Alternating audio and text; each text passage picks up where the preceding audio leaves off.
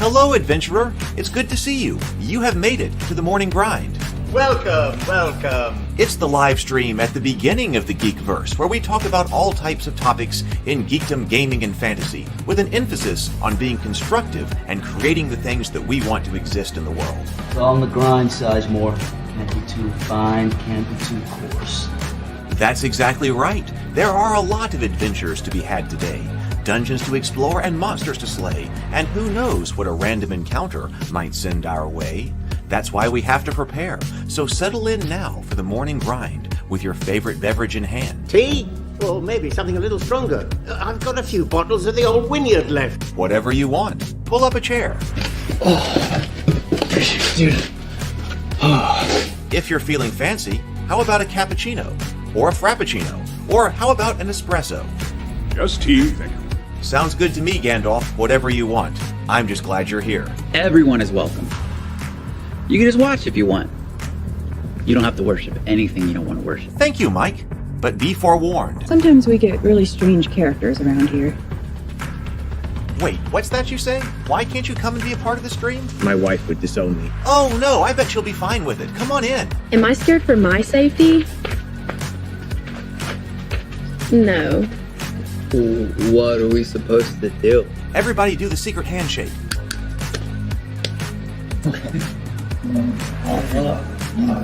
Secret cultist handshake. Oh, now do wizards who love each other. This, my friend, is a science. I still don't have gifts, but it's fine. It's all on the grind, son. Can't be too fine, can't be too coarse. Dude, this would be a sick place to bring the band. Indeed it would be, Dave. It really would. I'm seeing more people coming in. Welcome. Glad to have you here. Oh, look, here's someone new. Is this the cultist meetup? Yes it is. Come to hang out? Please accept me. I have nothing else. Okay, we accept you. Everyone's welcome here. Brought some snacks. Well, that makes things even better. You want some coffee? I don't drink coffee. You sure? It's cultist coffee. What makes it cultist coffee? I'm a cultist and I'm drinking it. Oh. Then I'll have some. What exactly is going on here? I'm seeing more people coming in. Welcome. It's so great to have you. Oh, and look, here comes another stranger. Can we help you? Yes, fellow cultists. I could really use some food. Oh yeah? Welcome. We have donuts. Oh, it's me. I'm glad I'm here. I'm sure you have a few questions for me, though. What's your name? Who do you work for? What god do you worship? Great questions, Rob. I'm Steve King, and I worship Nyarlathotep. No, not really. I'm just Heath, and I won't be worshiping anything this morning.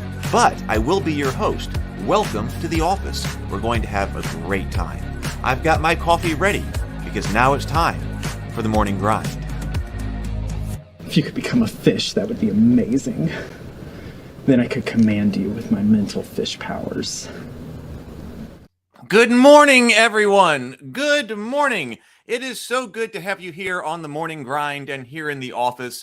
I'm feeling really good this morning. You know, I was talking this weekend how I was trying to kind of reset this weekend, and I've been slowly getting back in the groove. And I had a pretty good day yesterday as far as creativity went and productivity went. And then I was up. I'm still not getting up as early as I need to, but I'm getting back to it. I went through a major down slump, but today I'm sort of pulling back up, and I'm feeling really good this morning. So I am so glad to have you all here with me.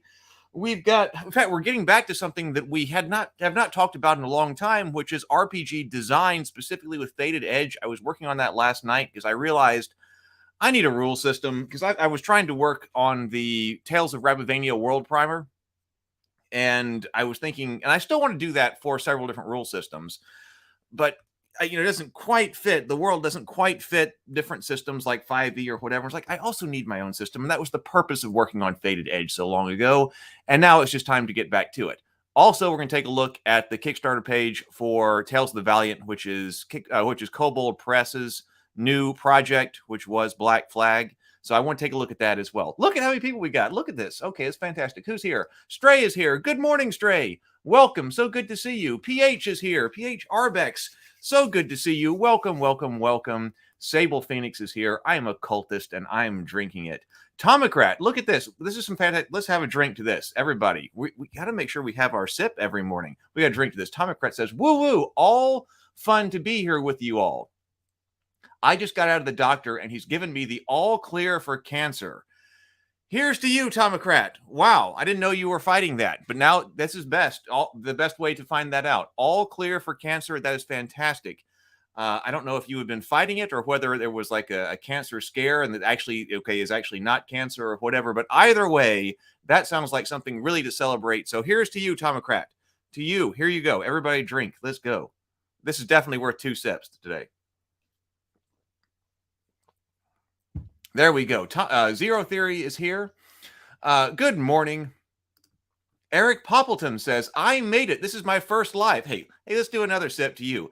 Welcome, Eric. It is so great to have you here on the Morning Grind Live. Welcome, welcome. First time live. In fact, we should do that. If anybody's here for the first time live, we should definitely drink to someone who is here for the first time live.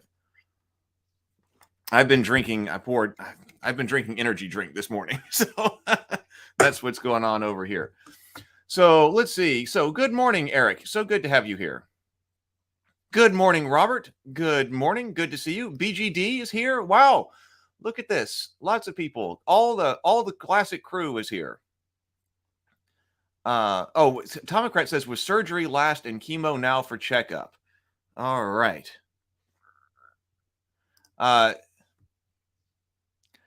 Djavon says, hello, your edge system needs more random, but not random. Roll 3d6 as stat bonus. We'll talk about that. All right. Let's see. And Andrew here as well. Oh, Alicio Serio. We'll just say Alicio. Good morning from Italy. Welcome. Man, we are attracting all kinds of people from around the world today. Good morning, Alicio. We are missing last Phoenix. The Phoenix crew. We don't have all the Phoenix crew here. Okay, so a couple of announcements before we take a look at our things. So we have a table talk tonight. I didn't get the thumbnail up today or this morning as of right now. I was working on it, but I didn't quite get it finished. I was working this morning and I was working on the Faded Edge RPG, and then I was like, oh my God, all of a sudden stuff is happening. It's fantastic. So we are going to have table talk tonight, 7:00 p.m. Central Time. I will put an announcement out about that in the Ravenkeep Discord server. So if you are new here, let me put out the link to the Ravenkeep Discord server.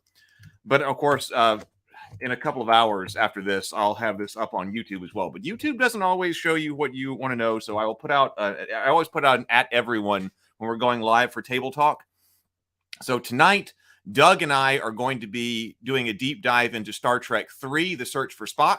As you know, we have been going through all of the original series Star Trek movies, and I've watched Star Trek 3, and I've been through the director's edition, and I've taken some notes. I got to take some more notes. So 7:00 tonight, it will be tonight. So last time, didn't we go for like 4 hours on The Wrath of Khan? I think we went for like a 4-hour. If you're looking for something else to watch, look up Table Talk. I need to update some of the playlists, but if you look up Table Talk, Doug Burton, or just Table Talk on this channel, Wrath of Khan, you'll see it. Man, we go deep into these movies. I'm thinking about doing some clips and putting that on another story analysis channel because more people need to see these kinds of things. I know stuff is happening all of a sudden. So Table Talk tonight. I also believe, and I need to confirm this with her, but I was told that I was going to have a Table Talk tomorrow night as well. Ordinarily, we don't do Table Talk on Wednesday nights. I'm thinking about starting the wind down again on Wednesday nights. We used to do the wind down. That's the live stream at the end of the Geekverse. I'm thinking about starting that on Wednesday nights, but I can't do that tomorrow because does anybody watch Force of Light Entertainment's channel? I wanted to talk about good and evil and storytelling. And so I wanted to reach out to the Force of Light ladies. We're going to be talking to Michelle. Michelle and Natalie are the Force of Light ladies. And Natalie just did a PhD in theology. And so I thought it would be interesting to get her perspective. You know, we've been talking about orcs, orcishness. If you look at this channel, we've been talking about orcs, orcishness, the philosophy of evil. That was a fantastic discussion with Cameron. And I just thought that the Force of Light ladies would be great to have on to talk about that subject, good and evil in storytelling, especially since Michelle is a minister of some kind. We're going to talk about that, and also just did a PhD in theology. So she's going to be talking to us tomorrow. I need to confirm that with her, but she said we would be able to do that. So haven't watched Force of Light. It was 4 hours on Wrath of Khan. So we're going to be talking to her tomorrow, assuming that she confirms. It's been a while since I've been trying. Sometimes it takes a long time to get somebody squared away to actually have them on the show. So that will be unusual, but the only day she can do it on is on a Wednesday. And so we're going to do that tomorrow. So 2 table talks coming up here. Brett says, is the Cultist second season available on YouTube, or is it for members only? It is available on YouTube.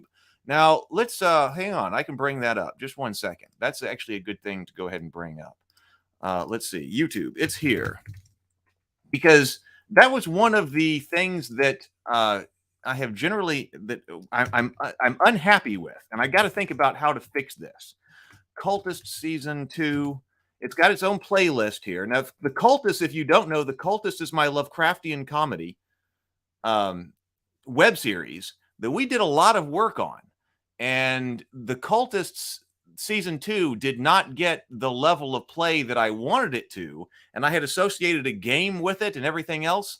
And I wanted to bring out the game after it was, if it were, to bring out the show and then have the party game with it. And we just didn't generate the enthusiasm when it was coming out for the Cultists web show. And so all of the Cultists is kind of, so we didn't get to go forward with the game. Or even though the scripts have been written for season 3, we weren't able to go through with that either. We haven't been able to do that. And so it just depends on how much.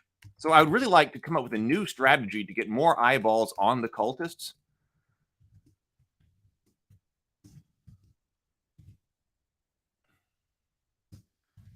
Hold on. I'm looking for the playlist. YouTube sometimes doesn't make it easy to find. Okay, view full playlist right here. Let me come over here. Let's see here. Stop that screen sharing. Present, share screen. So here is, The Cultist Season 2, a Lovecraftian comedy web show. So it is here, the entire playlist. I'll put here, let me put this in the link. Cultists Season 2.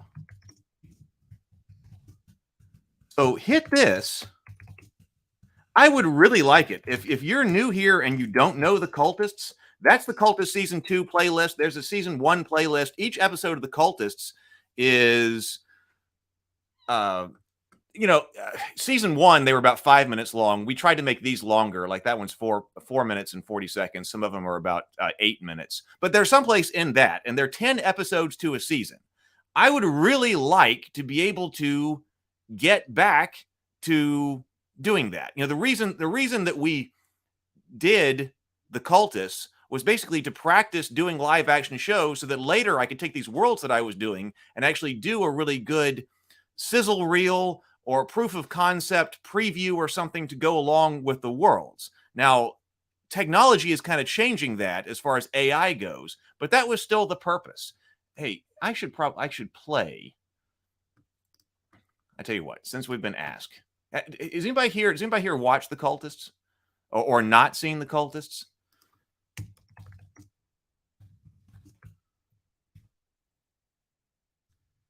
Here,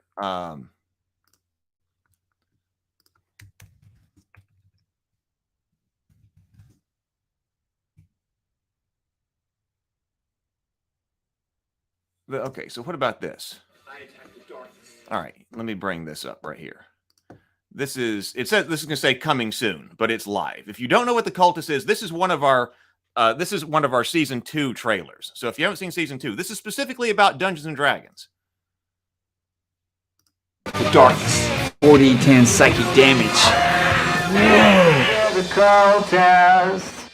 My parents are out of the house today. I invited the guys over for a little D&D. So, do I get to cast spells? Yes, you're a wizard. I am? That's my spot! Oh, yeah? Well, why don't you come over here and do something about it? So I'm going to take Steve out. How are you gonna do that? I'm going to cast Power Word Kill. Kill, kill, kill! What happened? First they start playing Monopoly, and then they move on to Dungeons and Dragons. The next thing you know, they're worshiping demons and drowning themselves in lakes. Can't even cast a practice spell right. I think you're just not high enough level to cast Power Word Kill. I will not stop until Steve is destroyed. Edith, target, conditioner, saving throw! So I would like to get more attention on that. But that says coming soon, but it's actually already available on YouTube at that link. And there are live after parties. We did a live after party after every one of those shows. Excuse me. We did a live after party after every one of those shows. Brianna, the director, is on, and you can still find those as live streams here on the channel. So we did commentary on all of those. You get to talk to some of the actors, the chief of costuming, the director of photography. All of those people came on after those shows. But I got to re-strategize that. Because it would be great if we got more eyeballs on that. Some of the first season, like the first episode of the first season has like 100,000 views. And then my second season has like, the first episode has 1.7 thousand. So I got 100,000 on the first season 1, episode 1. I only have 1.7 views on season 2, episode 1. So it just did not, I don't think it got out. Like some of these videos, I only have like, most of the season 2 episodes only have like 100 views. So I got to rethink how to get that out to the world. So that's going on. Let's see what else is going on. Lots of people. Micah says, good morning, all. Good morning, Micah. Make sure to like and subscribe. Please do, yes. Oh, Sable Phoenix says it's a high energy stream this morning. Because like I said, I'm feeling better. I had hit a slump over the past like month, 2 month, something like that, month and a half. I had hit a slump, so I feel like I'm coming out of it. I hope. Oh, Micah says, I've watched both seasons, loved all of it. Thank you. Yes, okay. So, but that's important. No problem. That was important. So, that's going on. So if you're here, we need to know about that. That we did a lot of that. Okay, so what else do we need to talk about? All right, let me take that down and go over to the others. Well, as in take that down. And then go over to the screen sharing. Present.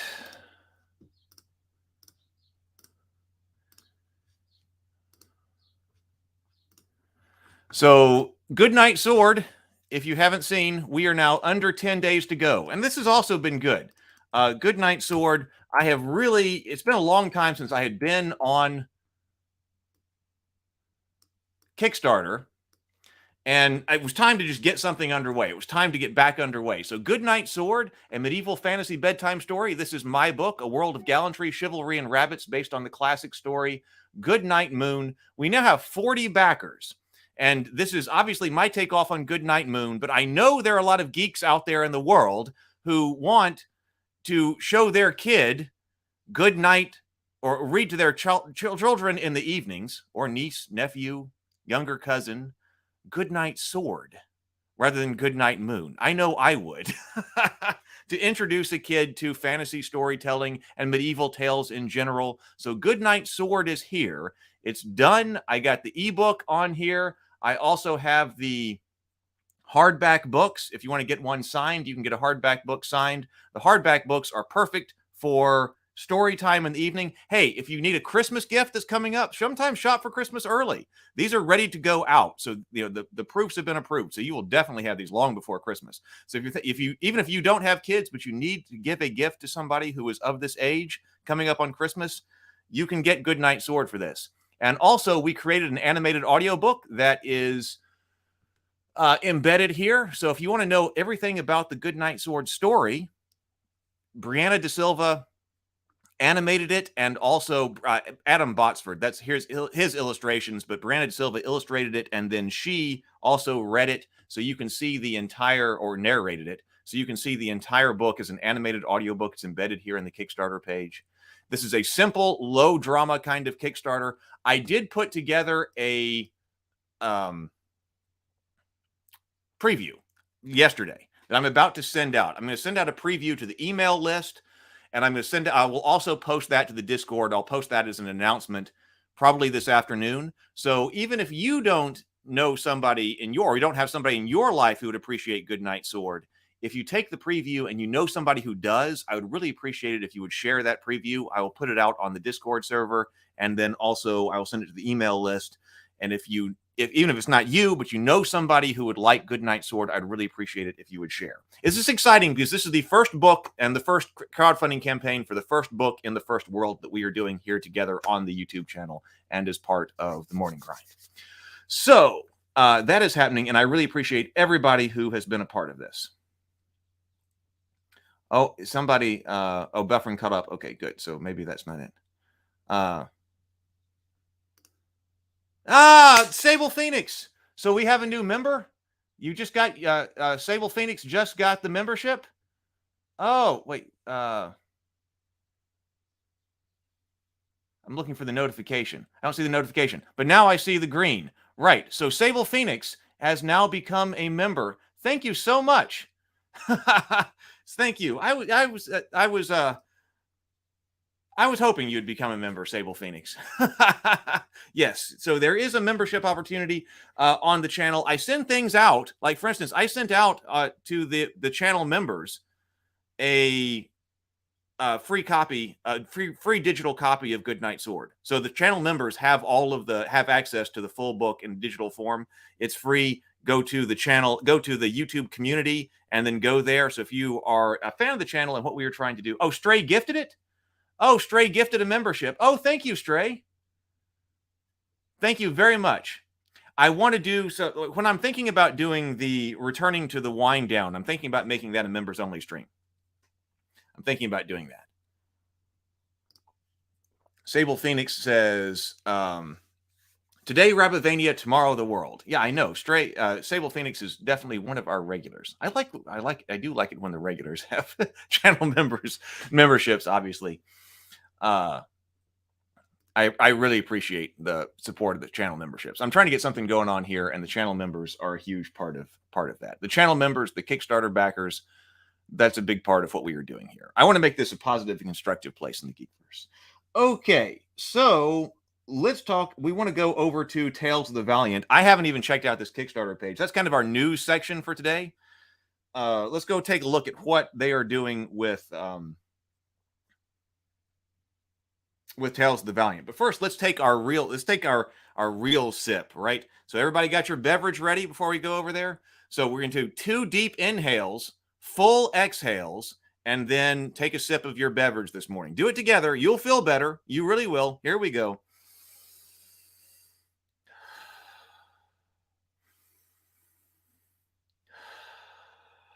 And sip. Okay, hang on. I'm going to get something else to drink, and then we will do Tales of the Valiant, take a look at their Kickstarter page for our new segment, and then we will go do RPG design for Fated Edge. So let's do that. Oh, it's time for a Yeti hug break. Yeti hug break, Yeti hug break. Everybody go hug yo Yeti and show yo Yeti some love.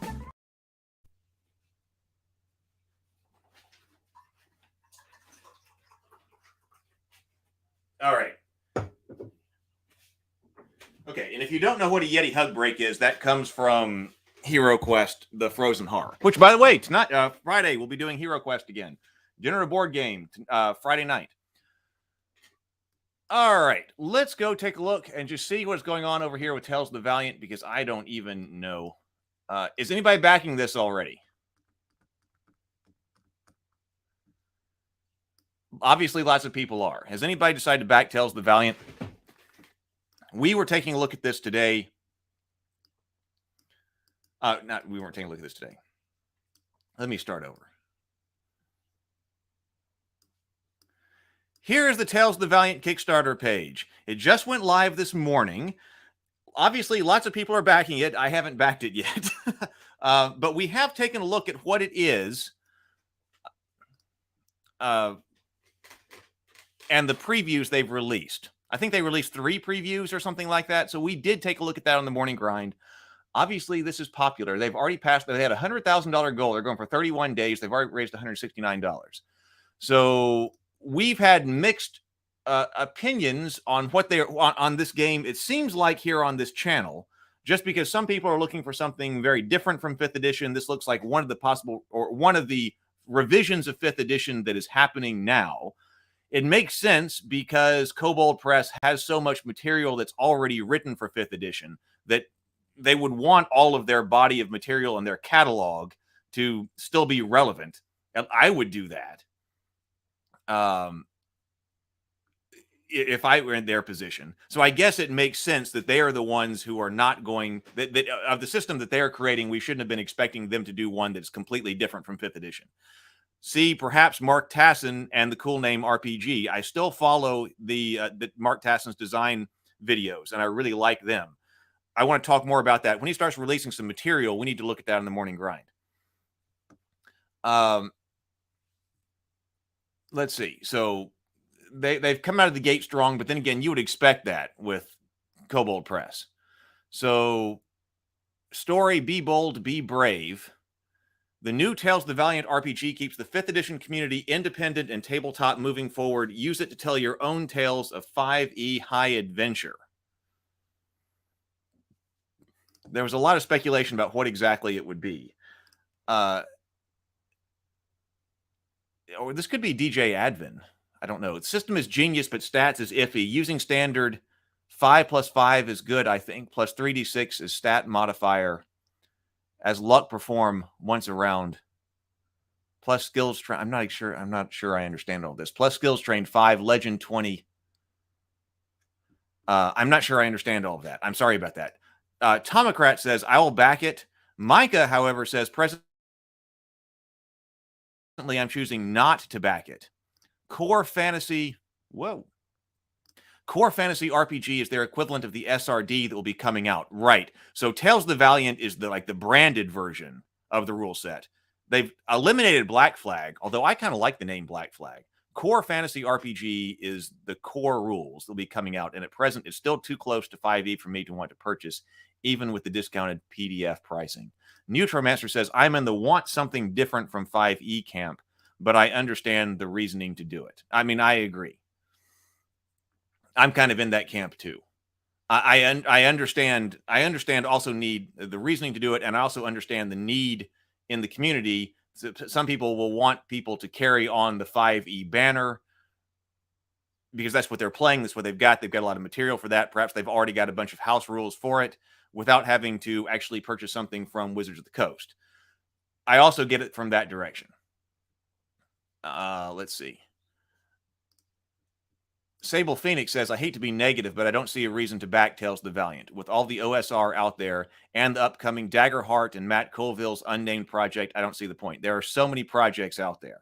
And we're going to take a look at both Daggerheart, and we'll follow what Matt is doing when he releases material as well. Let's see. Tales of the Valiant keeps the best of the 5e D&D and adds a Kobold Press spin to the well-loved game. It combines the Creative Commons foundation of 5th edition with new elements to create a powerful Kobold-style 5e with teeth. New 5e options. Of course, Tales of the Valiant includes the Wizard, Fighter, Wizard, Rogue, Dwarves, and Elves. Much more than that, it provides a wealth of new options and expanded gameplay. Explore the new Mechanist class and try out the Kobold, Crusade, Outsider, and Beastkin character lineages. Tales of the Valiant provides hundreds of new options for talents, spells, and monsters. Early access to private playtesters. Backers get 2 exclusive playtest packets containing new classes and new creatures not available until the public until later. Ah, I see. Because I didn't think we had seen it all. I think we saw 3 Kobold Press playtest packets, but that surely could not have been all of it. Let's see. Retaining compatibility, we got that. I do like the black. Of course, these carrying the black flag. Tales of the Valiant. You would think that if it were the Tales of the Valiant, would have brighter colored banners here, but I like that for Black Flag. So what are the pledge levels? What are people going for? Tales of the Valiant RPG PDF collection, $48, 180 180 backers. Tales of the Valiant RPG Player's Guide hardcover, Player's Guide PDF, alpha release PDF, 2 Kickstarter, and so that's 44 backers. So what are people coming in for? 1 backer at 59 level. Have they got a bunch of pledge levels? It looks like they do have a bunch of pledge levels. This is a limited one. Oh, so people are coming in for a limited one. Limited edition Player's Guide, the Foundation of Tales of the Valiant. This reward includes the Player's Guide and a limited edition 2-color foil treatment with ribbon, bookmarks, and sturdy sewn backing. Also includes the PDF format, 2 exclusive playtest packets, and the alpha release PDF. Shipping not included, 500 of those.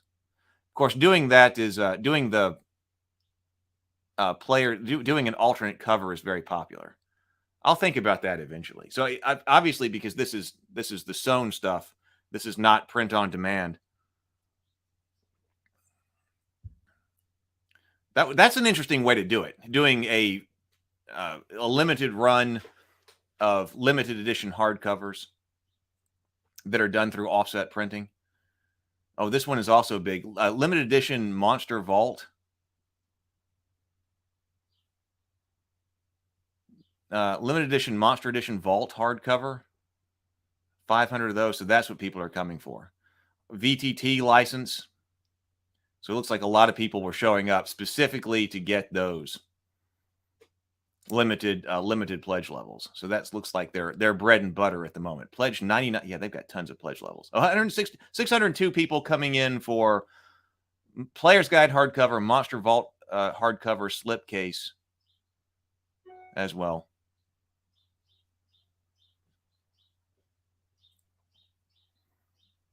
Yeah, well, they got tons of pledge levels. Okay. So Monster Vault and Core rulebooks. It's a nice looking page. It's a nice looking page.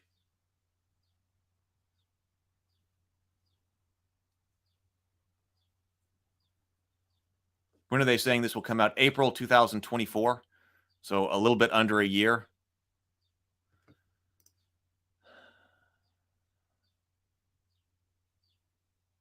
Sable Phoenix says, nothing I've seen about it so far has been inspiring. Starman 7. 5 Starman 7. Hi from England. Hope you guys are all well and gaming hard. Welcome, welcome, welcome. Micah says, I do see some tweaks that are on improvement, but not enough to start waiting for their SRD, but just waiting for their SRD if developing things for it or playing with it. Yeah, Black Flag was always just a project name, but I liked it. Micah says, I did prefer Black Flag as a name, even a project name, but I think they could have incorporated it. At least the project image has a black flag and banners. We got to look at that some more. I've got that on the list. I've got tons of games over here on the morning grind to look at, and DC 20 is on the list. So here's my list of stuff, list of topics for the morning grind that we keep adding to. So DC 20 is still on the list. By the way, my brother and I were talking more last night, and it looks like we are going to try to get into and get the nephews into Kings of War. So one of the things that I've got to do is figure out how to get some bases in here. So I guess I'll order some. And I did go into the closet and pull out some boxes of miniatures. I was like, I need to figure out what miniatures I've got laying around here that can possibly turn into a Kings of War game.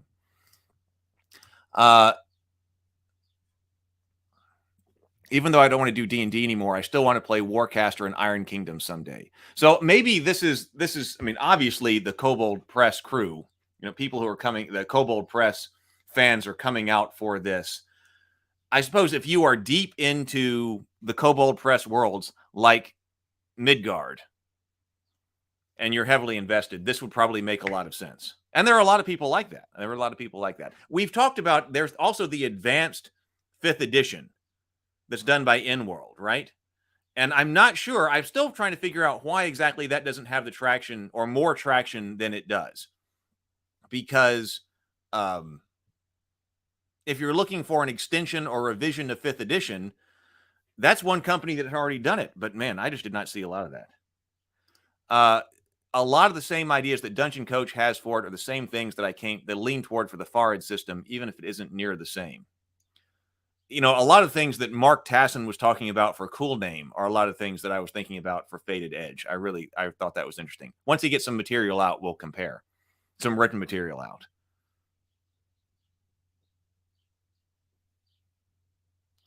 Oh, well, Sable Phoenix says, I'm surprised the second draft of the Orc license has come out to almost no commentary.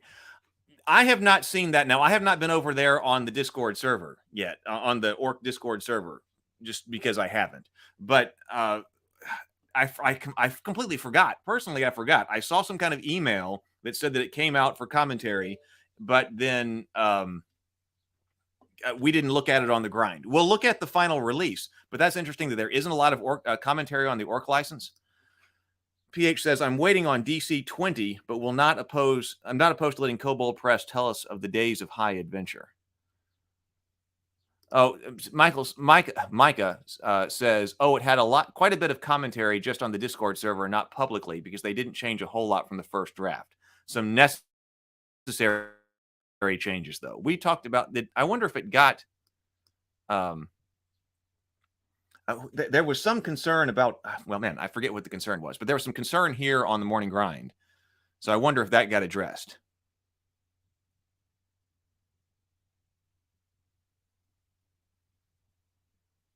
Finally, I got Iquender. Is that a handle name to take notice of something I've been harping on since the first draft? So my 2 issues will be addressed next draft. Which is good. I'm not the only one to discuss them, but they were ignored in the first draft updates outside AXE. Good. Hey, James. Good morning. Glad to have you here. Good to see you.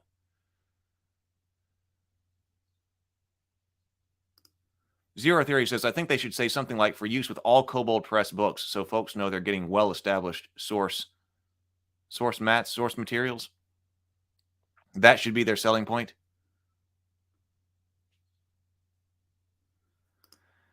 Neutromancer says, maybe it's because A5e, Advanced 5e, predates the OGL shenanigans. They didn't get the same exposure. But they may not have, but still, I would have thought that even before that, people would have been interested in an advanced version, an advanced version of 5e. And it seems like they should have been there to capitalize. Micah says, yeah, Cool Name RPG has some overlap, but it's largely been discussions rather than solid stuff so far. It has been. Good discussions of ideas, at least, some of which I was already using. Yeah, I'm waiting for him to put out some written material so we can look at it here on the grind, but I've really been enjoying his discussions.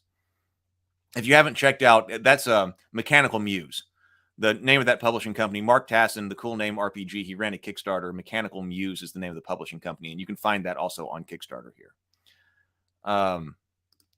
Yeah, they didn't really push marketing enough, and Google buries it with just the 5e. Oh, Iquander is Eric Mona? Oh, okay. I didn't know that was okay. So that was Eric Mona. Okay, awesome. I still want to talk to him. I've got him on the list for Table Talk, but sometimes it's just difficult to coordinate people or to remember to reach out to people. So one day I hope to have Eric Mona on a Table Talk. Oh, okay. So now where do we go from here? I guess into the main topic, which is what I was trying to talk, which is RPG design and what I was trying to do. And I feel like it has been forever. We used to make just Tuesday our RPG design day. So Tuesday we were talking about RPG design. So let me take this down so that I can find what I was trying to look at. I was trying to decide, I ran into a problem with this. I was trying to make 10,000 word books. So as you may know, we were talking about what can we make as a product? What do we decide on as a product? And I had decided, well, here's like the Fate Accelerated book. It's 9x6, and then it's 48 pages. So what if I said, okay, no, it's a soft cover. So what if I said this is one kind of product that we create here for Raven Keep and on the YouTube channel and stuff like that? Because you do need to think in terms of defined products. And so I was thinking, they defined Fate Accelerated in that amount of space. Could I define my RPG in that amount of space? And then I was kind of running out of space, but I decided, you know what, I just need to try. So I was running out of space, and then I put it down and I put it aside, and I was like, you know what, I could write some of the worlds with like a 5e rules and Pathfinder rules and other things like that.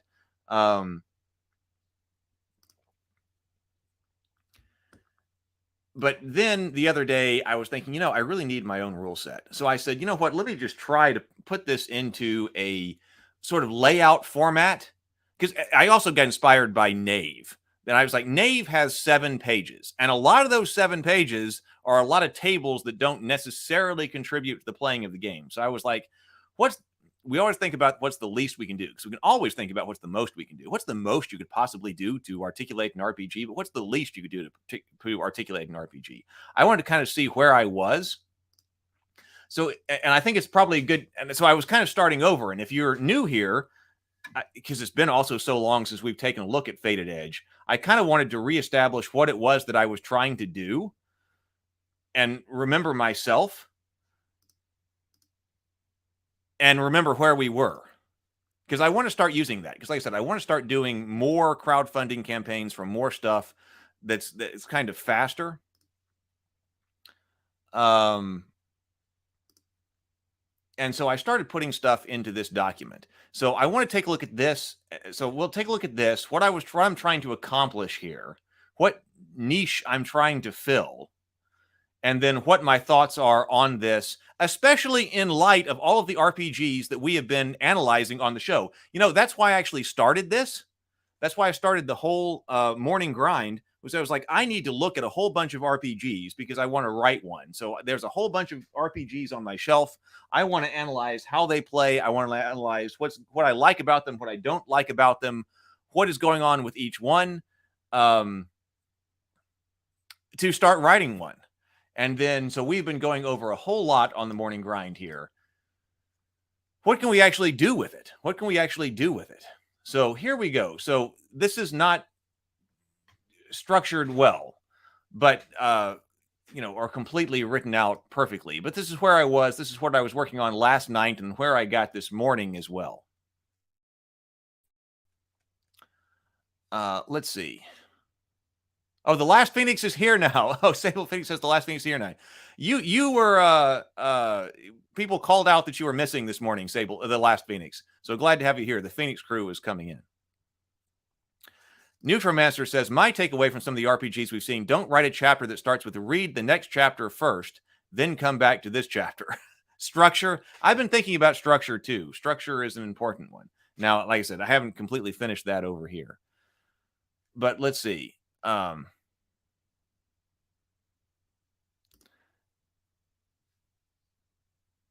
Micah says conflict resolution is what every RPG needs to have clear enough to know how to play. Yet so many blurry bits all over the place for specifics, at least with conditions that make sense. So, all right. So what was I trying to do with this? So I did decide I was trying to come up with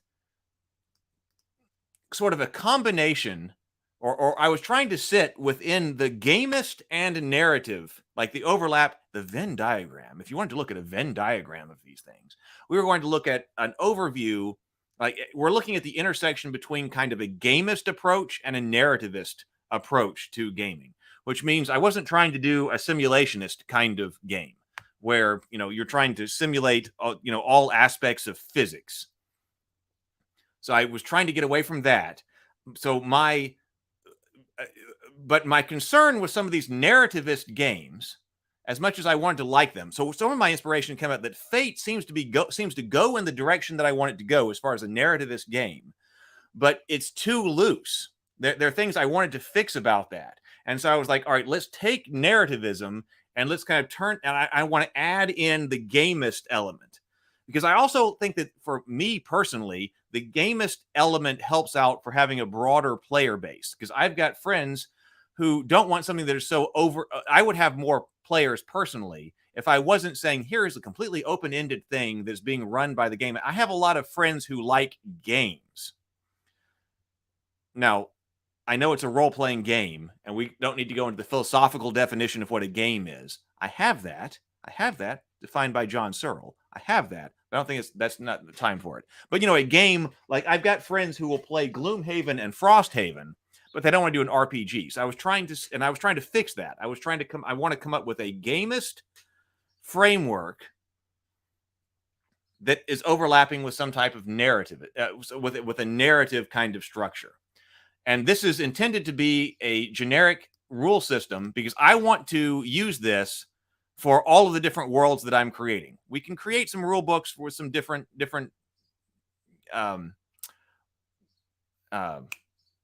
systems as well. Like I think having a 5e rule book is a good one because it's so popular. I was trying to make OSR work. Like we really got into the OSR and I was trying to get OSR to work, but I was having trouble getting like OSR to fit in what I was trying to do with Rabavania. But I've got a challenge here because Rabavania is one of my worlds. That's anthropomorphic animals. But then I also have Theophany, which is the fall of Satan, which is a much more adult kind of thing. So I'm looking for something that can fit in both kinds of structures. Let's see. Is anything going on here? Sable Phoenix asks, it's Geekverse. Have you looked at any of the Powered by the Apocalypse style games? I know that Blades in the Dark is on your list. Yes, Blades in the Dark is on the list. I know your Blades in the Dark list too. I was just thinking of inputs that would offer non-D&D style game design principles. So Blades in the Dark is on the list.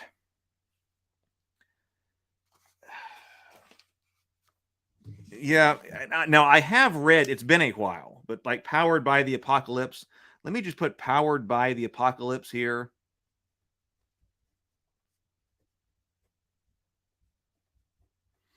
Because we should look at that too. There are all kinds of games. There are more there are more games than days in the year for the morning grind.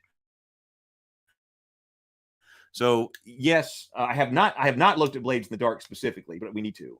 But I have read Powered by the Apocalypse games before I started live streaming.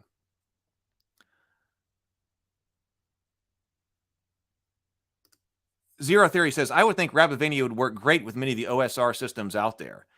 See, I was trying to come up with like the Knight and Fighter would, but like when I had come up with, the sample character classes or professions that I was trying to work with, because originally I thought that too. I was like, I should just do a dedicated OSR book, and I still might. Okay, Fighter, Knights and Rabavania, you can handle, I think. Druids, you potentially could. But then I have Witch as my sample classes. I had Knight, Druid, Witch, and Damsel of the Blood Royal. And I was trying to make all of those fit into OSR. And Knight you can do. Druid you might be able to do. I think you probably could. But then how you just differentiate that with Witch and Damsel of the Blood Royal, maybe that's something to talk about on the World Design Days. Sable Phoenix says, I really want to get a Band of Blades, a Forest in the Dark RPG that seems to play a lot like a board game. Apparently, it's a good draw for those who like board games but don't want to try RPGs. Well, I've never heard of that one. Is that one that needs to go on our list? That one does sound interesting.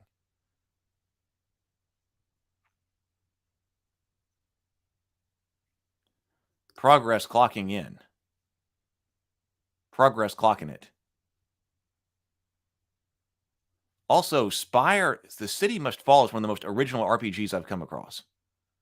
Yes, I do want Rabavania to be a species class system. Yes.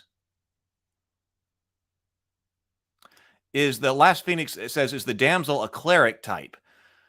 Not exactly, because there are clerics of the religion, Mirite. Mirism? That was a proposed formula for the Edge system. Oh, okay. So we will get to that. So is the damsel a cleric type? the damsels are a member of a quasi-religious order that promotes chivalry, the virtues of knighthood throughout the realm. So they're not clerics of the religion. They're not ordained, right? So they're a quasi-religious type order. There are clerics, and if you were going to just have the clerics of that religion, it makes sense for that to be cleric. But the damsel is a quasi-religious order, so I wouldn't have used cleric for that. I was trying to come up with something else. So, okay, so we got to intended to be used for a wide variety of systems and genres.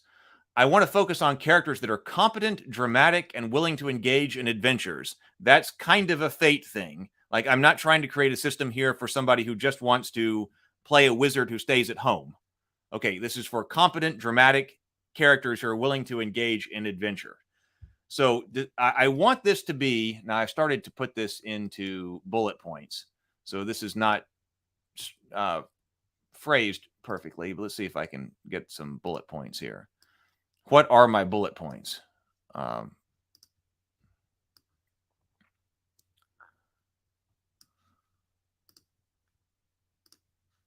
Okay, so something like, I want this to be, whoa.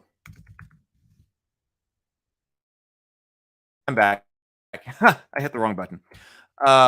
This is adventure focused because game time is precious. So the idea here is that game time is precious. Game time spent at the table needs to be spent adventuring and having fun. Like, how much fun can you pack into 2 to 3 hours worth of adventures? Van Davis, good to see you. The magic system for bastards, for bastards is really simple and based on learning words you can put together for spells. Magic system we're going to have to talk about here. I took my screen sharing down when I did that. There we go. Thank you. Thank you for letting me know, because sometimes I forget that. I hit the lock button accidentally on my keyboard. So I obviously want you to be able to continue and have campaigns and have the ability for your character to change and improve. But I want to be focused on, hey, if you've got some friends over who want to run a one shot, I want you to be able to do that. Oh, and also, so this is just different bullet points. Playable quickly at all levels.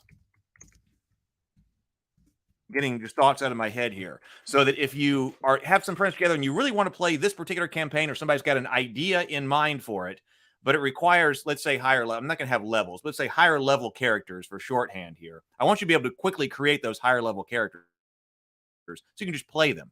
You don't always have to start from level 0 or level 1. I want to, and I think this may have been what you were talking about, DJ Advin. I created Mathplot Python phone programs for calculations. Can I contact you? Yeah, you can contact me through Discord. That's fine. Today is going to be a very busy day, but yeah, you can contact me through Discord.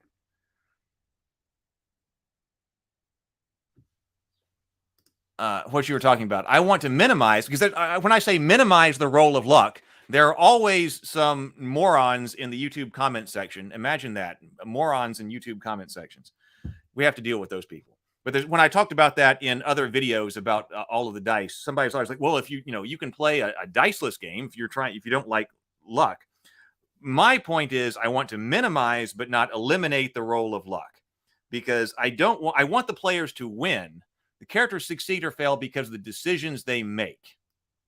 To me, that's important. And not the vagaries. That's the right word in this context, right? And not, but we'll say whim at the moment. And not the whim of a random element. And not, mainly the whim of a random element. So that's what I'm trying to get away with. Well, some games are certainly very random. But if you play the game correctly, then I want you to win. And win, I'm talking about defeat the bad guy, overcome the obstacle, whatever. I don't want you to not be able to do that because you happen to roll very poorly. Right? So the character's decisions need to be a big deal here. And actually, that's why very soon in this context, we're going to be taking a look at the Amber role-playing game, because Amber is diceless. Now, that's further than I want to go, but I do want to study the Amber RPG because it is diceless. And diceless, there's no random elements, not cards either. We'll talk about cards in just a moment. So look for very soon on this, because I'm working through this item right here. We need to look at Amber. Maybe this is easier to read if I go up a little bit. So I do want to look at that. So what if we look at some things that are extremely random. Like I would say most D20 systems can be extremely random. But then what if we go to the absolute opposite and look at something that eliminates it, and then how do we minimize it? So session centric, that kind of goes with adventure focused. Get in, get adventuring, and then get out. How much of what matters can you pack into a play session?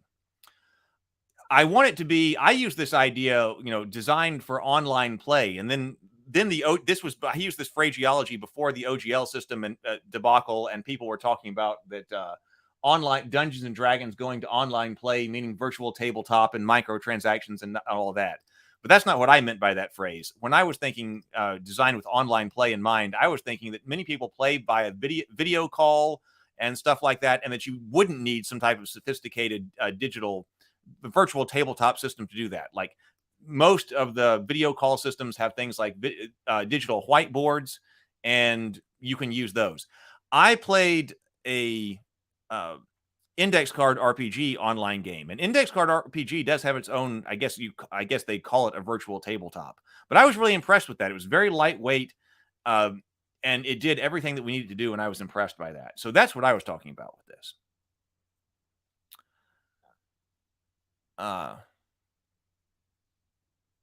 If you intend online play, you might want to consider looking at Roll20 and their API set up to make custom sets. That would be way down the road. Van Davis says, I've also been wondering if you could just have people make characters with Hero Quest stats and just run a D&D module with the Hero Quest dice. Yes, the vagary. That's what I thought the phraseology would be. Thank you, Sable. See, I think that needs to be more like the board game. I would like to revisit Hero Quest for just the board game version later. James Bacon says, I agree, randomness should be minimized. Now, if you want more information on that, like last year, I took a deep on this subject when I was trying to come up with a dice system. I took a deep dive into all of the dice. If you look up on my channel, like D20, there's a series of 6, 7, or 8 different videos I did breaking down a bunch of different dice distributions and what it does to randomness. Because originally I thought that like a bell curve, I was like, all right, this system, because especially coming out of GURPS, I was very familiar with GURPS. And I liked it. And of course, it uses the 3D6, which has a bell curve distribution. And I was like, all right, so the system that I design will have a bell curve distribution. But actually, that does not do what I thought it was going to do with the reduction of randomness. It doesn't do what I thought it would do. And I don't think it does what a lot of people think it would do.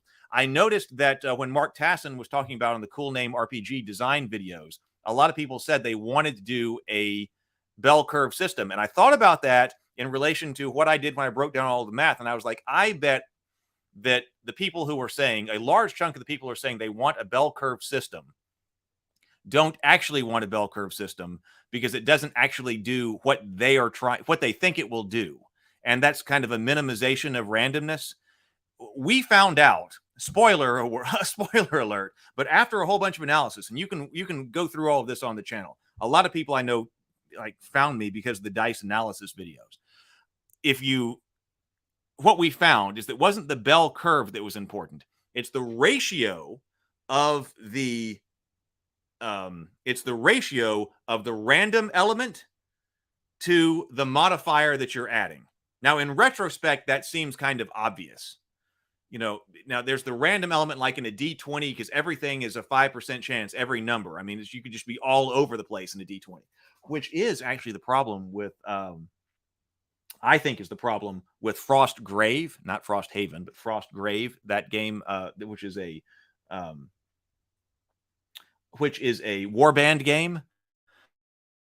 It uses D20 rolls for its combat system, and that makes it way too random. Everybody that I played with was like, wait a minute, this combat system is not working because this is just way too random. We don't have any kind of strategic element to this because it's basically just random who wins fights.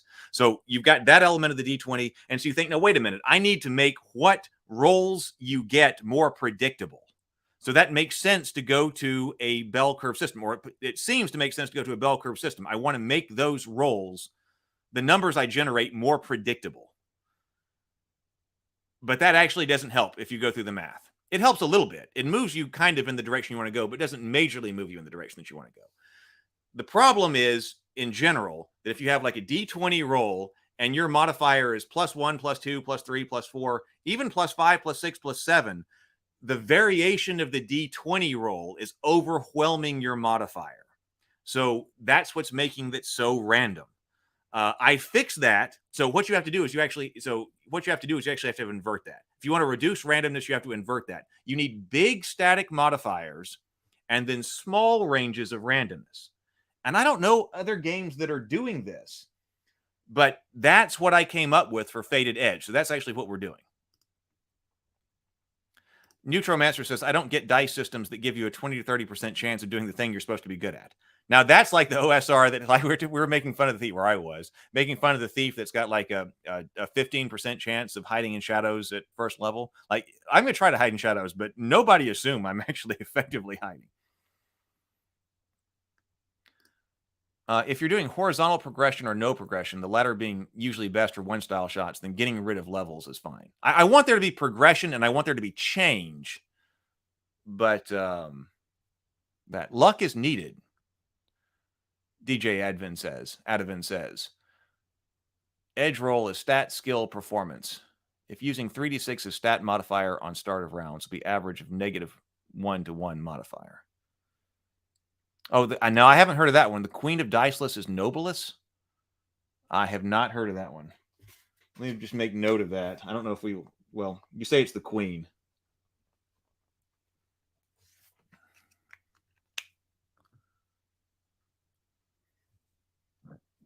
Neutromaster says, one of the things that drew me to GURPS initially was the 3d6, cheaper to get dice, yes. And when they were making that more available, and the odds versus the roll under skills and stuff. Nobilis from 2002 it is. But today, I didn't specifically look at GURPS. Now, of course, GURPS does also already have a bunch of tables in it for looking at probability and looking at the 3d6 probability curve. It wouldn't be difficult. I didn't specifically analyze that one, but now I would be interested in going back and looking at GURPS and saying, does that actually do what I think it's doing? Like, does it actually do what I think it's doing and what I would want to do with it?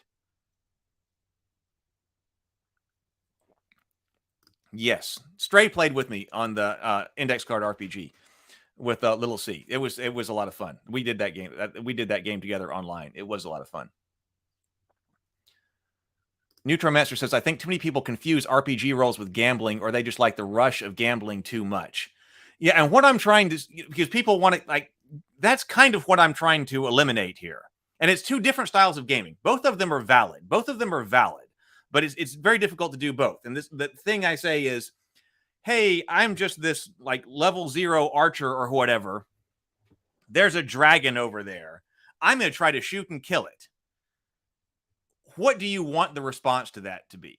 Now, like I said, both answers are valid. It's just, here's the question, right? If the level 1 fighter or whatever shoots the arrow at the dragon, what do you want to happen? Some people want the gamble.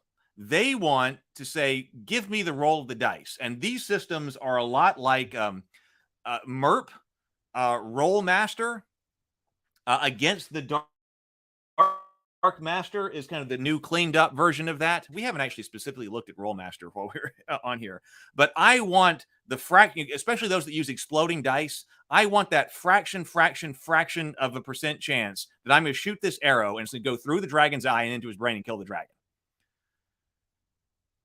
Can I please roll? It's probably not going to happen, but I please want to roll. And so some people say, well, all right, you can roll D100, a percentile roll, and you're only level 1, but that die can explode, and you could roll 100 and 100 and 100 and 100 4 times in a row, and then and it could go through the dragon's eye, and we'll roll on this critical table, and it could die. Some people love that. That's not the kind of game I'm going for, because I would want to say, no, you're going to shoot that little blow at that dragon, and it's going to bounce off of his arm, scales, and it's not going to inflict any damage. Like, it's not possible, or it's going to be some minor injury or something like that. It's not possible for you to go and kill that dragon. You can't take the gamble. Now, or I'm not going to let you roll the dice by the off chance that happens. Now, oftentimes that goes with a reversal. Because something awesome could happen, something really negative can happen too. And I've used this example before because I've got a friend who loves Rollmaster for that reason. Like I said, it's no problem if you like it. There's different styles of gaming. He loves Rollmaster for the reason that, as in his words, I don't care if you are King Arthur drawing Excalibur to slay a peasant. You could critical fumble your sword and stab yourself through the throat. Right? That's the opposite side of that. But games which tend to include one tend to include the other too. And so if you're like, what happens if you are King Arthur and you're on the battle, King Arthur at his height, and you draw Excalibur and you are about to take out this, lowly peasant warrior from the evil army? How likely do you want it to be, or even possible, that you're going to kill yourself as you do that? A lot of people might say not much. This is a fantastic discussion here. So yeah, that's my thinking on it. Nothing wrong with either style of play, just different philosophies, and it's difficult to integrate both. Hey, just 1 second.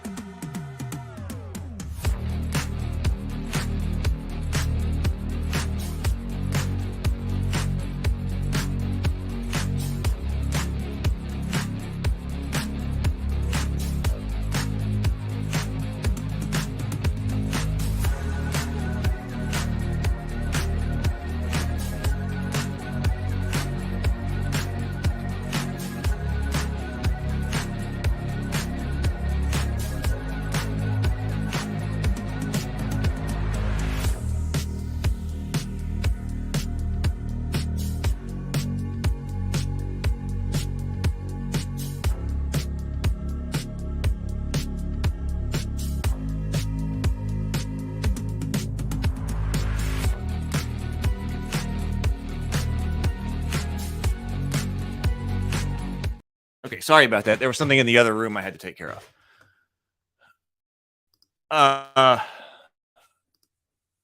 Okay, so I said that. Let's see over here. Fast character generation. I'm big on this. I want characters to be able to be generated quickly, even at high levels. And like I said, I'm not exactly going to have high levels, but even high level, powerful characters. That way, if you sit down, you're not playing, because to me, designing characters is not playing the game. Designing characters is fun. But to me, it's not playing the game.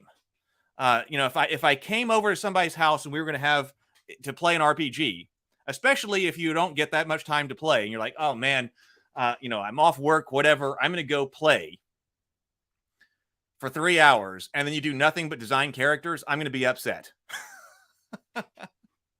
I don't want to do that. So I'm actually much more okay with pre-generated characters and things like that, options like that to be there to play.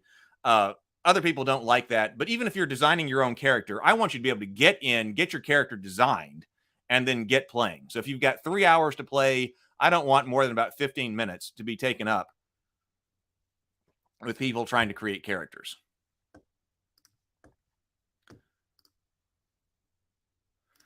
"100% agreement." Hey, Retro Nerd Girl. Good to see you, Retro Nerd Girl. Everybody, please, Retro Nerd Girl is one of our allies in being positive and constructive in the Geekverse. So please do check out Retro Nerd Girl's channel. She does a lot of reviews of movies.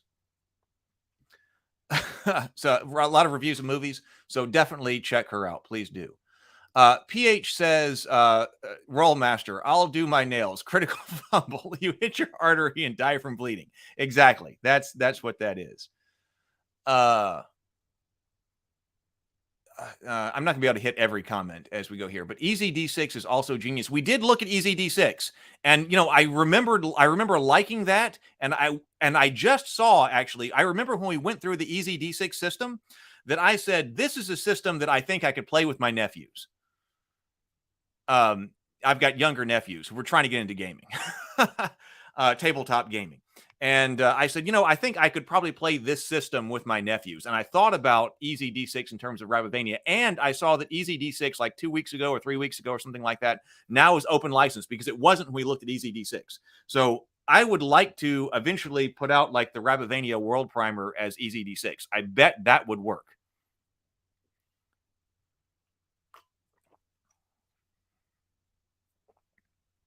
James says, when I have enough of my game written, I'd love to float it past you. Well, we might even take a look at it on the grind. I hit a lot of the points you're making in very unique ways.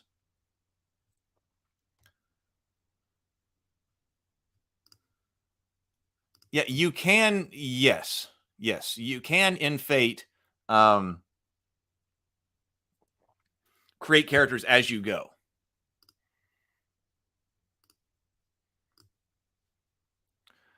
Let's see. So I do want this to be, its purpose is to provide a system. I want this system to be light enough as not to require constant rule reference or consultation of the rule book during play. I don't want you to be constantly having to look at the rule book. I understand the allure, and I thought this was an important point from Mark, that if you do have a really dense rule book, that doesn't mean the rule book can't be dense in this. But I don't want there, because I want you to look, you can be getting into something, but I don't want you to constantly have to reference the rule book during play. I am a big fan of unified action resolution mechanics. So that's what we came up with, a unified action resolution mechanic.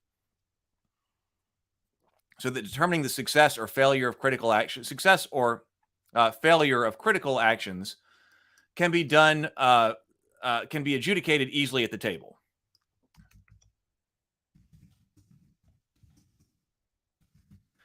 That old school gaming does not have this, and of course that's part of its charm. It's what people like. It's fine if you it's fine if you like that. I mean, I found a lot of it appealing, but that's one thing that old school gaming doesn't do. It doesn't have a unified action resolution mechanic. How do you search for secret doors? Let me look that up. What die do I need to roll? What do I need to get? How do I knock down this door? How do I force open this door? Oh, let me check that. That's some other die roll over here. How do I bend bars? Like, everything has a different way to do it. And you just have to either remember that, because it's all arbitrary. And it's probably made because it was put together kind of in an ad hoc way. Nobody knew what they were doing when they were first creating an RPG. So you had all these kind of ad hoc rules that allow you to do different things with no rhyme or reason, really. And I want to eliminate that. I am a big fan of unified action resolution mechanics, and that's why over the almost 200 episodes of The Morning Grind, a lot of the things that we looked at when we were looking and reviewing different RPGs was how do you actually play, which we said was not necessarily how do you make a character, but when you sit down to actually play, what is it that you are doing at the table in order to resolve some kind of actions. I want to reduce the number of things that players need to track during the game. So what I was going to say is that or note, there is probably an optimal number of, let's call them resources for the purposes of this note, of resources that you can track, as a player during a game. So resources need to be significant. I'm going to track it. It needs to be significant in the game. And if it's not significant, don't track it. That's what I'm saying. This is probably, and I would even say that this could be something that's done with physical. Now, what resources you can track, so as a further note, what resources you track can vary depending on the goal of the game, or goal of the session at the moment. Then by that, I mean that if you are doing the hex crawl section because you are traveling to the dungeon, what you need to track is going to be different than what you need to track when you actually get to the dungeon and are actually operating inside the dungeon. Like when you're doing the hex crawl, when you're doing the traveling, you probably don't need to track torchlight or the number of torches. But that could be really important once you get to the dungeon. When you're doing the overland movement, rations might be really important. Okay, I need to really track rations. Now, hit points are probably going to be something that you always need to track. Like, okay, in order to play this game, you've got to accomplish these objectives. You've got to do these things without losing all these hit points. Because if you lose all these hit points, then you're dead. So hit points are one resource you need to track. Food, rations might be a resource you need to track when you're going over land. Torches might be one you need to track when you're going over, into a dungeon crawl. And then, if you're a wizard, and we'll talk about, magic later, but, mana, you've got to manage your mana. What matters? I'm a big fan of, let's see, I want to use, this is just a note right here. I want a slot-based inventory system.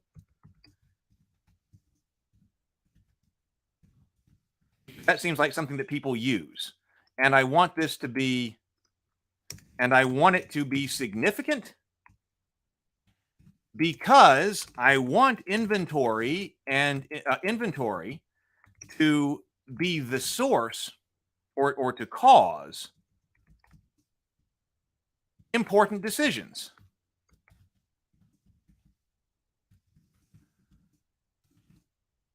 Knave kind of did that. Now, one of the problems that I have with Knave is that Knave's resources and inventory system is way too limited. Like, I don't know. Like, we've been over that when we were looking at Knave. We did a deep dive into Knave and Knave 2nd edition. And I feel like, man, even as a starting level character, I just have no inventory. But I want people ignore inventory and encumbrance because it sucks to have to add up pounds worth of stuff. And as the result of adding up all of the pounds worth of stuff, then all you get is a penalty. So who does that? Who enjoys that? Who likes that? I mean, a few people. But I would rather have a slot-based inventory that tracks only important resources and important items. That why is it even there in the game? The purpose there is to cause the players to make important decisions at the table. What are you taking with you? If you take these things that you are tracking and managing and these things, then you're not going to take these things. So inventory and encumbrance should be causing the players to make important decisions. If it's not, then the system needs to be revised. That's what it's there for. You can't take everything with you when you're going out on an expedition. You're going to have to make choices about that. Everything's going to be a trade-off. The choices should be important. And like I said, like I'll track things like I look at character sheets in D&D games that I've been in, and I'm looking at inventory, and I've just got all of this random crap that I've written down because I don't know what's important. The game master will say, okay, you open this chest, or as you're searching, you find, and it's this random list of stuff. Maybe some of it's important, maybe some of it's not. And I'm like, okay, what have I got? What have I got? I'm trying to write it down. And it's like, okay, embroidered handkerchief with this person's initials. Is that significant? Is that something I really need to pay attention to? Or is it just, okay, I need to make things seem more realistic. So, okay, there's an embroidered handkerchief and there's a brass trinket and something else and a something else and a something else. Does any of that really matter? And am I supposed to track how much that weighs and stuff like that? I hate all that. 10-foot pole. Let's see what's going on in the comment section for a moment. Let's see.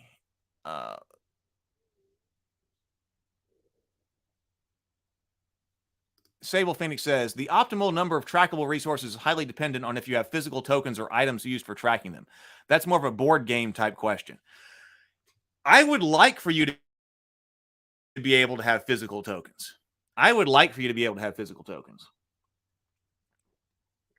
Whether that's a card or some type of meeple, because if you physicalize it, is that a word? If you physicalize it, then I feel like you will pay more attention to it, and plus, then you're actually seeing okay, torches. You could have torch meeples, and you've got a certain number of them there, and this is the number that you have, and you've got to put them in the used pile, and you're looking at the number of those that are going down. First of all, you remember if you're looking at it physically. Now, that means you also can't have 20 of them, because then they're all over the place on the table. But if you're looking at them, you're paying attention to it. And rather than marking off something and erasing something and changing a number, moving things physically is that's part of the gamist side. It wouldn't mean that you had to do it, but that is part of that's part of the gamist side of that. Let's see. Dungeon Masters, as I'm assuming there's less dark vision if torches are important. Hi, Dungeon Master. Good to see you. That would be setting specific. I just gave torches as an example. And a lot of the OSR or the way we're going, a lot of OSR is going, there's less dark vision, so torches are important. But that was just an example. That would be like world specific. This book is my personal notes. Yeah, this is I started doing a layout, because ordinarily I write in Scrivener, but I said, let me just want to start putting this kind of in a layout kind of format and try to do both at the same kind of time. So this is my personal resource. I'll put this out later.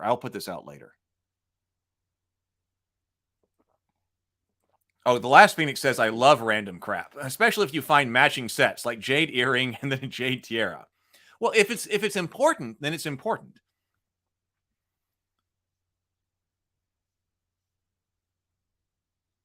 Joel says, I use physical counters red glass to represent body parts in Hero Quest. Are people starting to use body parts now instead of body points? I love it.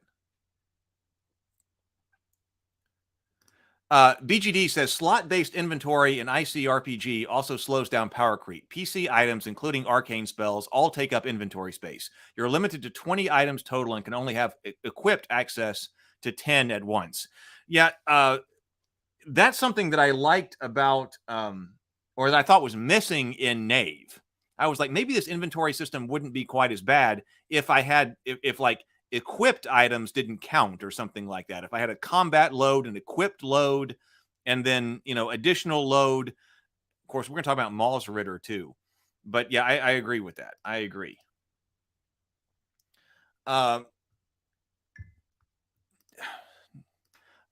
So I want, like, even though I was saying up here that I want this to be light enough that you're not constantly having to reference the rule book, I don't want this to be so light that it requires creative and on-the-fly adjudication of situations by the game masters and players. Because I find that seems to be a problem with a lot of the rules-light games. And I found this was a problem with Fate as well. Because it's very easy to write something like partial successes.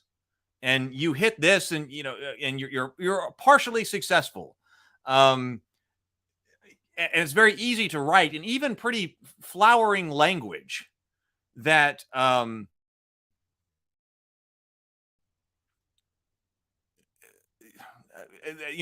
something creative happens, and the game master can come up with exactly what that is. Well, I know the game master can come up with exactly what that is. I know the players potentially can, but the question is, one, do they want to, and how does that actually play out at the table? I mean, I would like to say I'm a pretty creative guy in general, and I would like to say that a lot of the people that I played with are generally pretty creative. But on the other hand, sometimes it's very difficult to come up with on the fly. I need I think I've used something like this as a success, as an example. Okay, I'm trying to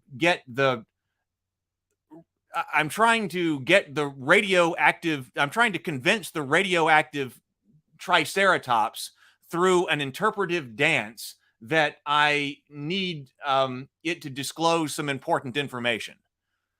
Okay, you rolled partial success.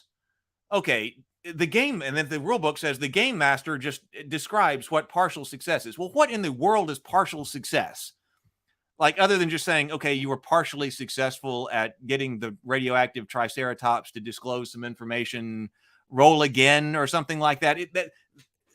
Even if you're a creative person and you got to make several of these decisions in the middle of the game, to me, that's very difficult. I want the game to provide that. It can be enticing when you read it in a rule book like that, but that's also moving toward more the gamist gamist element and less of the narrative element. Because sometimes I feel like the rules light games, these narrative kinds of rules light games, kind of rely too heavily on or just by hand waving that and saying that adjudicate it at the gaming table. Well, I know we can adjudicate the gaming table, but do we want to, and do we have to come up with that all the time? The same kind of things with wounds. I really want there to be wounds. I want there to be consequences of damage, but I also find those are difficult to come up with on the fly. Okay, you've been damaged for a major, or a moderate injury from a mace. Please describe that. You have to do that in Fate when you come up with the consequence. That comes up, and then we're all kind of looking at each other at the table going, okay, a moderate mace injury. You just end up writing like moderate bruise, or something like that, because you don't have that. The game needs to provide that. I want the game to provide that, either through tables or through cards. I also happen to really like cards, so it could be cards.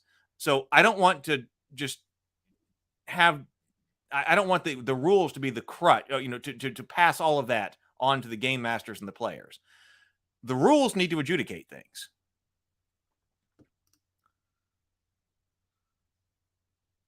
Yeah. Fate has success at a cost instead of partial. You succeed, period. But also, the Triceratops steals your underpants, right? The Last Phoenix says, I hate that about rules light system. When you say make your own judgment or whatever. If I'm making the rules myself, why do I need a book? That's exactly what I'm saying, Last Phoenix. I completely agree with you.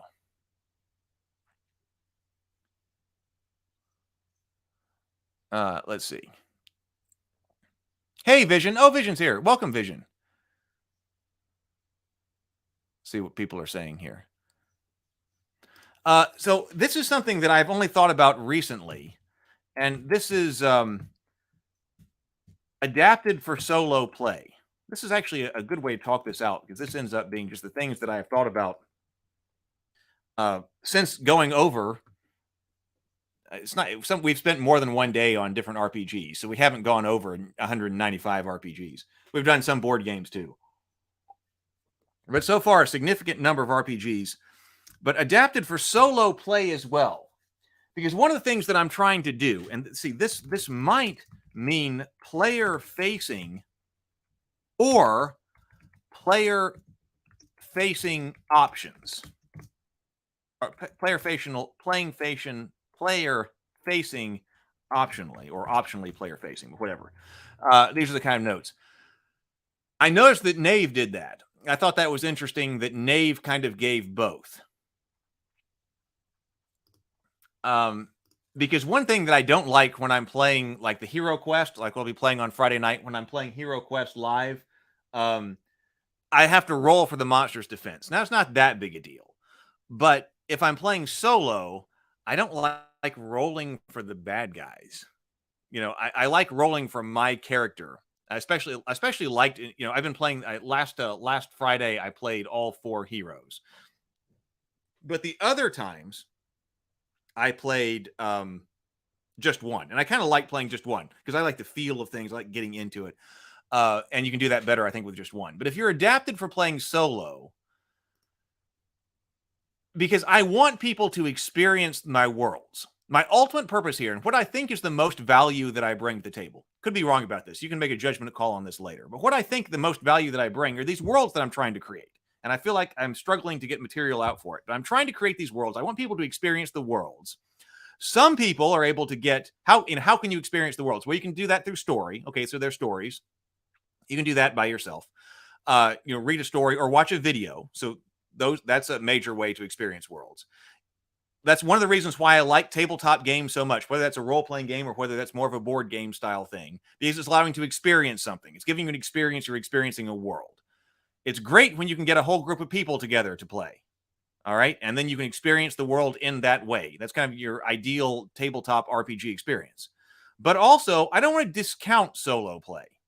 And so there could be like solo adventure books that, like, say you want to experience the world, you have an hour or 2. You say, what am I going to do?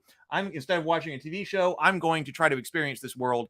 I want this rule set to be able to accommodate solo play. And actually, this is one of the reasons why I decided I need to come back and pick up Faded Edge, because I thought, what I would like after writing the world primer for the Tales of Rabbivania, I was like, what if I did one of these solo adventures for that you could play? And I've really enjoyed that with Pathfinder did that. We've got several different games, Pathfinder first edition and second edition. We've got several different games that had a solo play version in them, right? Where you could sit down, you could learn. And I enjoyed that. Some things I think work better than others. Like, for instance, the hit point, grinding away at hit points. I don't think that works around a table either, but it really didn't work when you were trying to do a solo play. Okay, now roll for, you attack the bad guy, which is roll to hit. Did you hit? Roll for damage. Okay, bad guy attacks you then because it's the bad guy's turn. Roll to hit. If they hit you, roll for damage. Are they dead? Okay, no, nobody's dead. Okay, then do it again. I want to be faster than that.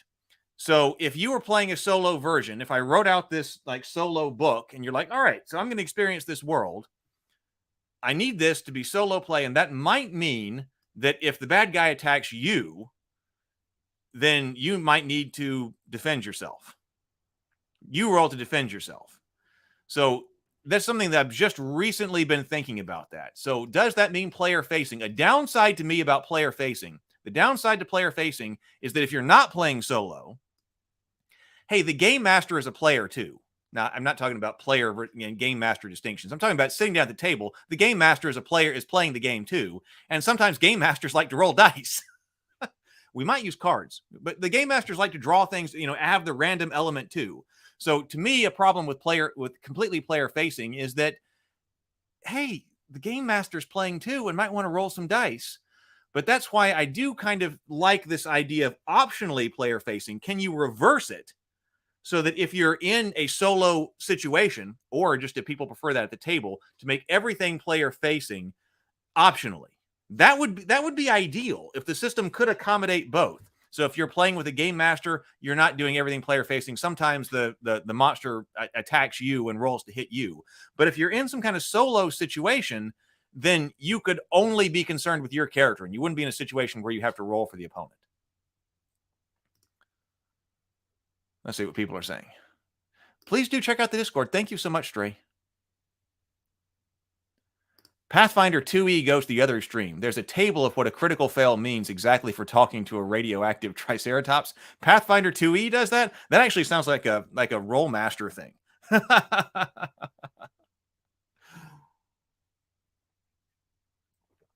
Let's see. Fate can be player facing. You just need to make them roll 8 dice, and the GM doesn't need to roll. We need to talk about that. I had a discussion on Twitter with somebody who sometimes shows up here, but we had a discussion when we get to the get to like opposed rolls. As much as I like active, I call it active defense. You make an attack, you're actively attacking. I mean, it can be any type of opposed roll, but you attack and defend. You're attacking and defending, and you both add the same random element. I think that's a problem. I think it's a problem. I like it because I like both players to be active, and players in the broad sense, both player and game master. And I think that's because my first experience with this kind of thing was Hero Quest, and Hero Quest has active attack and active defense. You roll to attack, and then the Zargon player gets to roll to defend the monsters. Zargon likes defending monsters. Zargon attacks you. Player gets to defend, right? And players like to defend themselves. So I like it for that reason, but oftentimes when the random element is symmetrical, it doesn't work because they cancel out. The random element cancels out. I know not in any particular circumstance, but overall, what's happening is your random elements are canceling out. Solo play for the DM would be cool. A way to see what the villain is getting away with between sessions.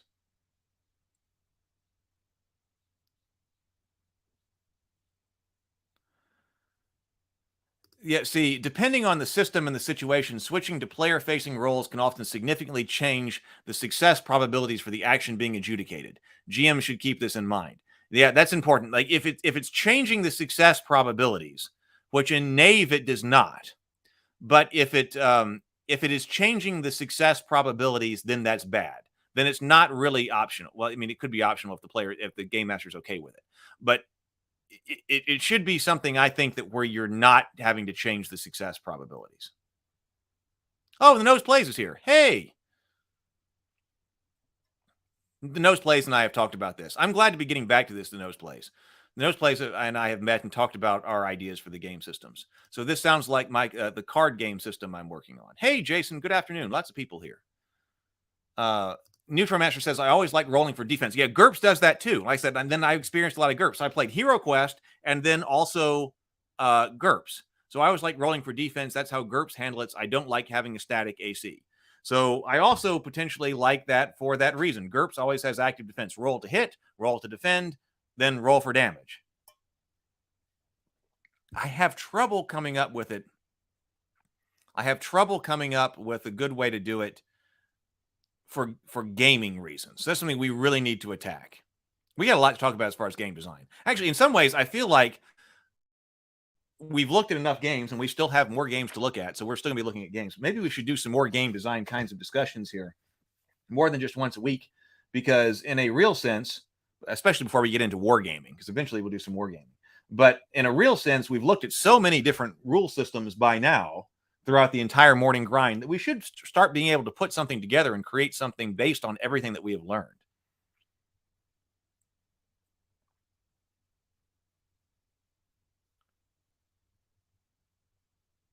Let's see. Yeah, I mean, you could do that, Joel. As Joel says, in Solo Hero Quest, example monsters can have a static value equal to the fraction of their defend die total. But that's getting to the fraction of the defend die total, because it's only a 1 in 6 chance of rolling a black shield. Either that or defend dice can be added to their body total. You could do that. That would require more thought. That's not an easy change to make. Neutromaster says they don't cancel out. The total of 8 DF, 8 fate dice, makes the result more extreme and can also be centered on the bell curve, both more and less predictable. We'll talk more about what I mean by that, by the canceling out later. Sable Phoenix says, if you want to restrict randomness but still include it, using deck building with cards instead of relying on dice is a great option too. Well, I've thought about it. Just occurred to me that because I've got a different structure for the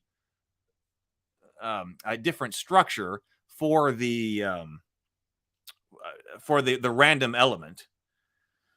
You could do this with dice, and so I was planning out the probability with dice, but you could also do it with cards. And so I'm thinking a lot more about cards. I'm thinking a lot more about that. So we're going to have to talk about that. Deck building is an interesting way to go. Because I like that part of Gloomhaven, and we'll eventually do some Gloomhaven, I think, on Dinner and a Board Game on Friday nights. But I wanted to do, I like that, but the issue there is that that's basically your attack. You're basically creating an attack deck, which I think is cool. But that works. You'd have to come up with a way that your deck could adjudicate all circumstances and not just attacks. Because like in Gloomhaven, you've got, I stun you or something like that, or I pin you down, or there are different kinds of things that you can do, which I think is cool, but it only works for attacks. So can you do one that would adjudicate everything? So if you're building out your deck, it would adjudicate everything. Easily adjudicated, however, let's see. So invocation of a feel. So that's really important. This is the tool set to be used to invoke some kind of feel at the particular gaming table, because that's important to me. Because if you're playing, to me, if you're playing in Middle Earth, you need to feel like you're in Middle Earth. If you're playing in Harry Potter world, you need to feel like you're in Harry Potter world. So that's why this is intended to be a general system, but it needs to be able to invoke a particular feeling of the game world at the table. You know I talk about feeling a lot. If you've been with me, I want to feel it. I want to feel it. So that's really important to me, that even though we're the gamist kind of thing, like for instance, a game that I think has a great feel is Zombicide Black Plague. That's one of the reasons why that's one of my favorite games, because it can get out to the table easily. People who play board games, like this style of board games, but don't necessarily play RPGs, will play Zombicide Black Plague. Zombicide Black Plague is a game in sort of the strict sense that has, adjudications of rules. But man, you feel like you're running from zombies. You feel like you're running from some zombies in that game. I get the medieval feel. I wasn't as into the modern day zombie feel. Zombies aren't necessarily my theme anyway. But I had played the modern Zombicide game like over a weekend or something like that. I'm not sure if I played it once or twice or whatever, but I thought it was cool because I was sitting there playing with a bunch of people. I was like, this isn't exactly my theme. But then when they came out with medieval fantasy zombies, I was like, okay, well, I'm going to have to buy that.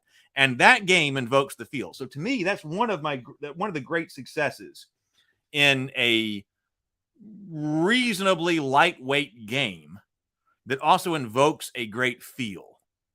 I mean, that game can stress you out. That game can definitely stress you out. So I want to be able to, in an RPG kind of thing, what's this game world? We're sitting here to play in a particular game world, and we want to invoke a feel. I want the game master to be able to do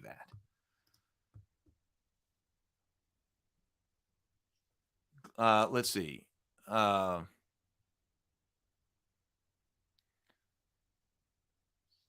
Let's see. I'm not. Dawn Command uses a deck for attacks, yes, but you also use it for defense. So if you attack too high, you can't defend that turn. It also adjudicates other actions.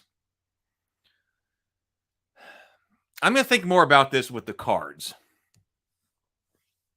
because it could be like your ability deck.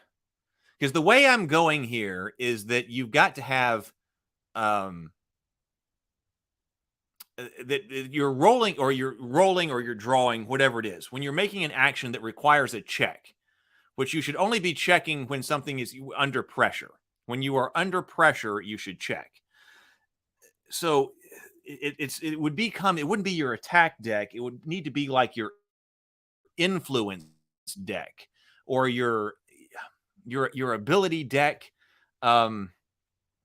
Anytime you're trying to affect the world. I'm setting up this so that we've got two different elements to this.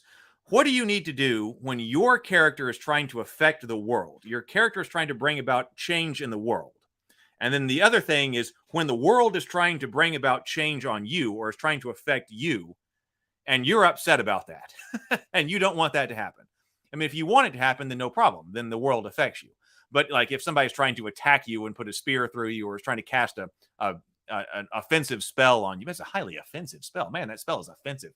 I don't want that. An attack spell on you or something like that, then you need to be able to resist. So your character needs to have the ability to affect the world. How good are they at affecting the world, and how good are they at preventing the world from affecting them? So you would need that. You would need that deck if you were going to draw. If you were going to do deck building, because there's one way to do it where everybody draws from the same deck, which is, I have not thought much about this, but you could start with that. Everybody draws from the same deck.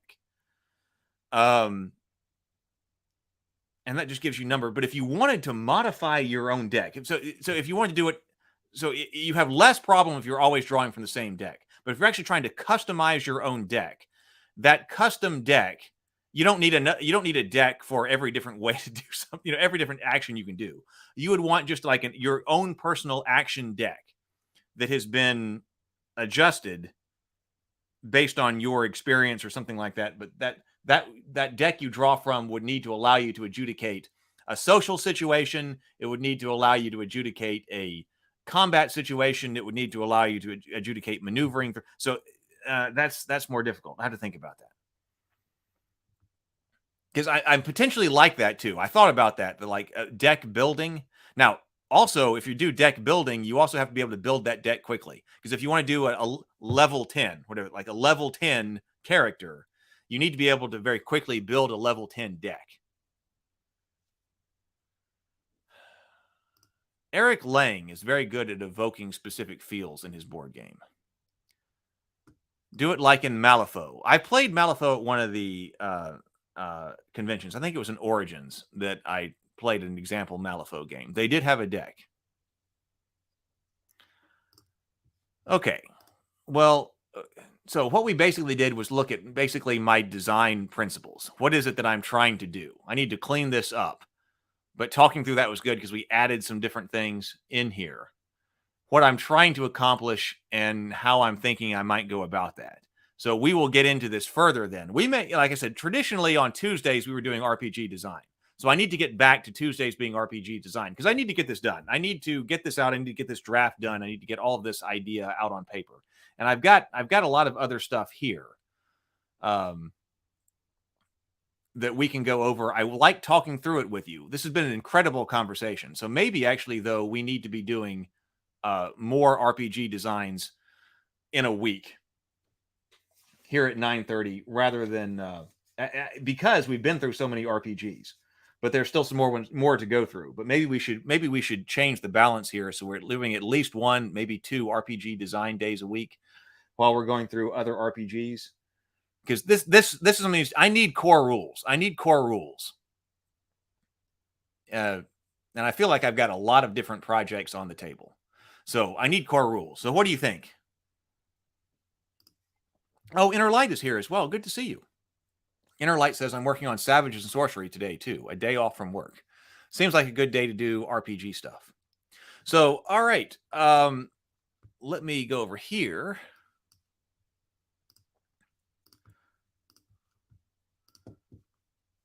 Let's see. Whoop. Oh, well, I can't find any of my windows. So, Jason says, yep, we need a battle rhythm. Yeah, we need one. We need one that actually gets stuff done. We need stuff that gets stuff done. So let's see. And well, let me say the Discord server, I need to post there more frequently. But the Discord server is a good place to be because because even if YouTube doesn't show you what's going on, YouTube, the Discord server, I post the Discord server, like what's going on each morning. I try to post before that, but sometimes it takes me longer or it takes me close to the time to go live in order to put up something about the morning grind. But we're here at 9:30 a.m. every morning, so we may do more of this. Access Your Inner Light says these games are probably already on your list of games to look at, but I'm still recommending them.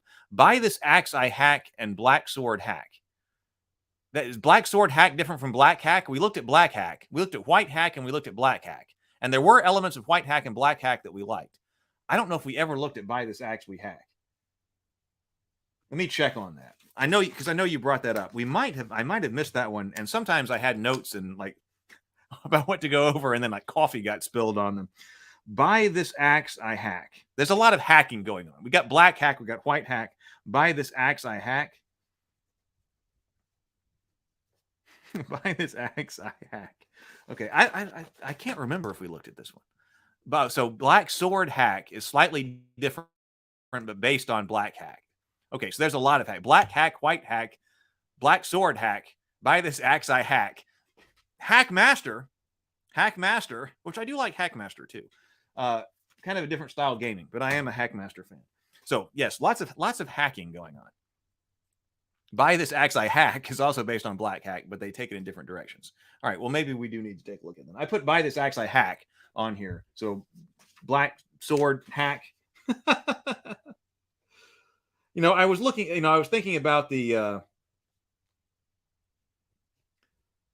more games than days. I was looking at I remember by Black Hack there was something about armor and armor degradation and armor dice. We need to go back and look at what our favorite elements of all of these were.